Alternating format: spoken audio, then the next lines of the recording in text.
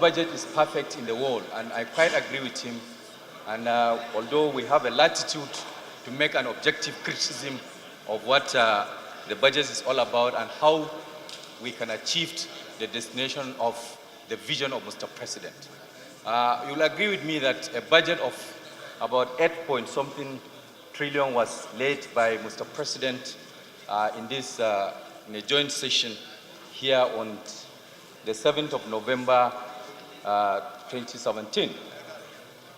The projection for the budget constitutes of 2.3 million barrels of oil per day on a benchmark of $45 per barrel, and also an exchange rate of 305 naira, with an estimated revenue of 6.6 trillion, 2.4 trillion oil, and 4.1 trillion non-oil sector.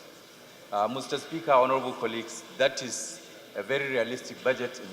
To my mind, it's a very realistic budget, and we would like to commend Mr. President for allocating that budget is to finance, among other things, the power sector, which is having about 5.88 billion, industry and trades about that. If you see this chunk of money, if it is put in the economy, it will certainly turn to the economy.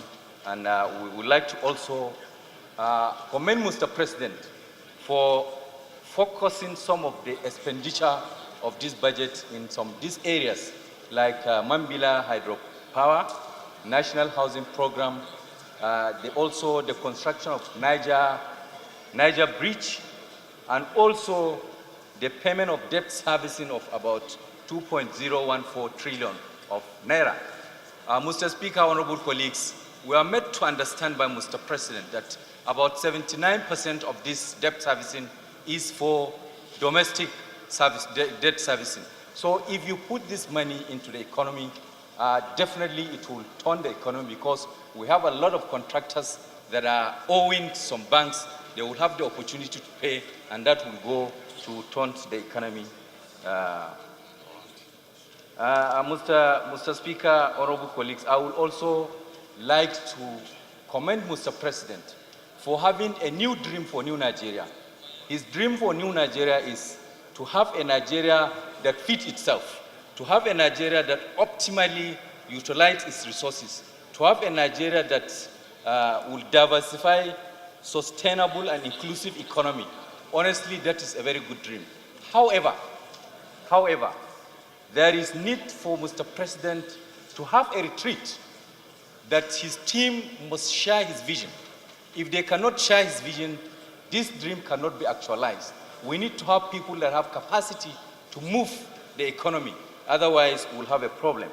Mr. Speaker, honorable colleagues, I would also like to advise,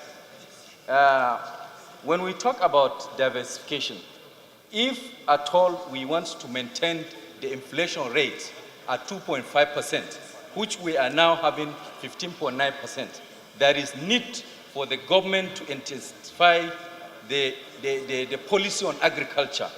And also, the projection of growth rate of 3.5% is also achievable. However, there is need for the government to also move the economy from horizontal economic growth instead of vertical growth. Because in a horizontal growth, we will definitely have economy of scale, economy of scope, and also we will have crucial assumptions that are realistic. Mr. Speaker, honorable colleagues, there is also, if we really want to achieve the revenue target, there is need for us to block all the leakages. There is need to put mechanism that can block the leakages, whereby we can realize some of this revenue that we are targeting. And Mr. Speaker, honorable colleagues, there is also need to intensify dialogue between these Niger Delta Avengers, so that the projected 2.3 million barrels per day of crude oil is also achievable. Lastly, Mr. Speaker, my appeal is to our employers When I talk about our employers, I'm talking about the electorates, the Nigerian citizens. We are here to do our work. We have a rule of engagement. If we go to our standing rules, particularly Order 19, Rule 9, Order 12, Rule 19 to 20 has spelled out how a money bill is supposed to be, is a process. That process has to be achieved. They have to bear with us. We don't want to have a negative statements whereby they will be accusing the parliament that we have kept the budget, we have not done anything on the budget. That is, they have to be fair to us, and that is also acknowledged.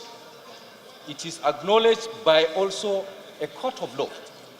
A court of law, Mr. Speaker, in a case of the National Assembly versus the President, 2003, 9 Nigerian Weekly Law Report, part 824 at page 104, Mr.